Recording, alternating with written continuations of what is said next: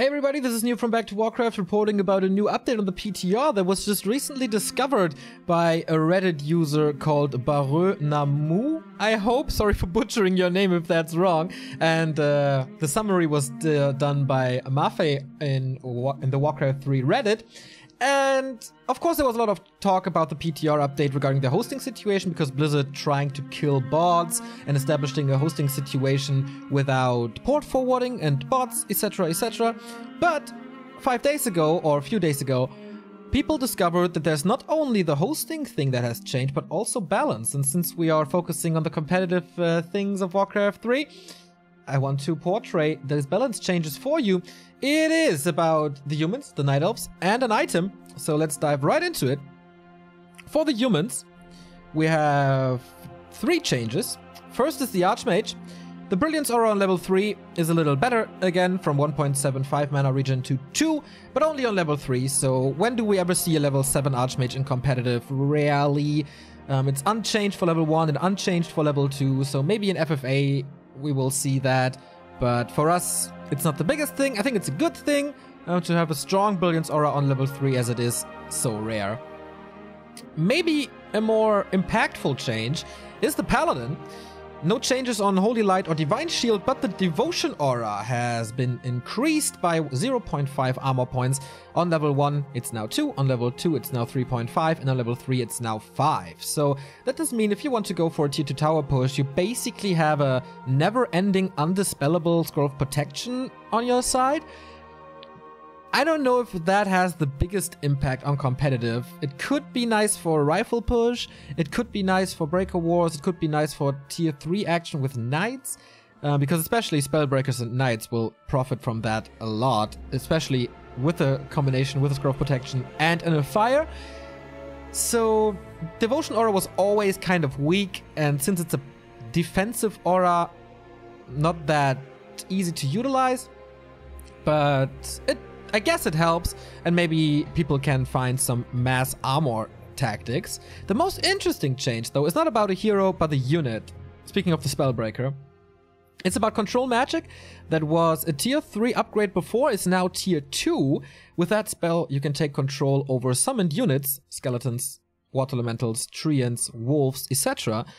And that's a lot earlier accessible now. In combination with that, it's a lot cheaper to use now, as the mana costs have been changed from 0.45 mana per HP of the summoned unit down to 1.30. Before, the mana of the max HP of a summon was like 625 or something. Now it's 800 something. So you can control, if you have full mana on the Spellbreaker, a lot stronger summons if there's no level cap on them. This might help against the Farseer, against the Keeper of the Grove, obviously, as Treants don't have that much HP, and could be pretty funny in Human Mirror when both players go for Archmage and Mass Breakers, then the Water Elementals are just bouncing around. But of course, you have to steal stuff as well. Pretty big buff for the Spellbreaker, I guess. Maybe we will see them earlier now. Usually they are benched until there's enough Priests and Sorcerers, but, you know, Control Magic could be pretty good for the humans, so I hope that helps them as they are kind of in the weakest spot at the moment. From the weakest race to the apparently strongest race, the Night Elves, especially the Keeper of the Grove, man. Everybody is hating him, and yes, he's getting nerfed. Entangling Roots, not too much nerfed here, only the hero duration has been decreased on level 2 and level 3, 1 second less each. That goes hand in hand with a damage decrease from 120 on level 2 to 100, and from 210 on level 3 to 180. This goes not for heroes, but I think it's a good way, or it's a decent way, to nerf the super strong level 3 Keeper of the Grove, as, yeah, that's a little bit too strong, I guess.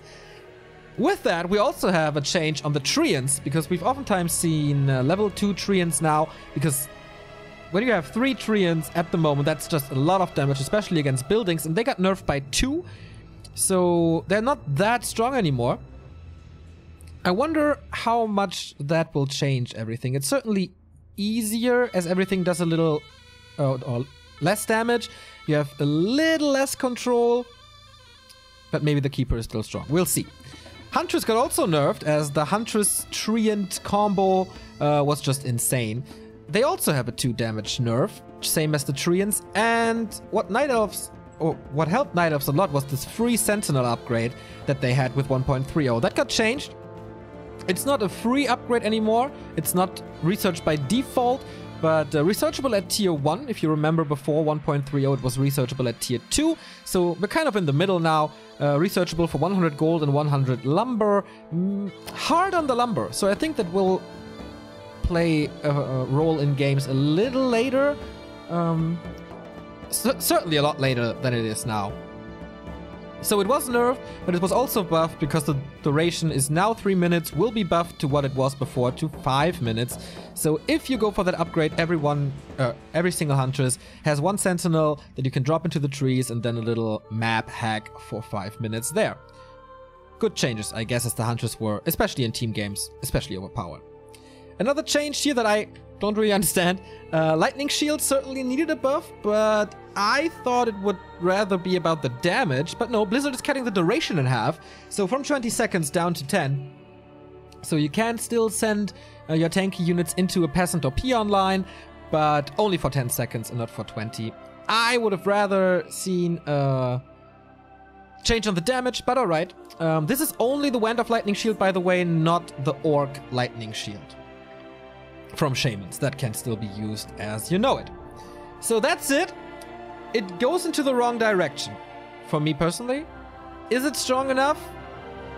Questionable. Also, no changes on undeads or orcs, but we kind of need a balanced hotfix for the strong Night Elves and for the weak humans. So we're on a good way. I have no idea when this will go live. For the Battle.net, it is on the PTR now. So please join the PTR, test it, report how do you like the changes. Is Night Elf still overpowered? Is human still underpowered? What would you have rather changed compared to what Blizzard has done now? And what do you think about the work of Blizzard not telling everyone? Because there's no forum post, there's no tweet, it was just not mentioned. I mean, there can only be one answer to that, but I would love to hear your opinion on that. Does it matter? Does a PTR matter at all? Because nobody's playing it apparently. Let us know in the comments, on Twitter, on Facebook. Follow us on Back to Warcraft here on YouTube and Twitch to get to stay up to date with all the news about Warcraft 3, the competitive scene, and everything else. This was Neo. Until next time. Bye-bye.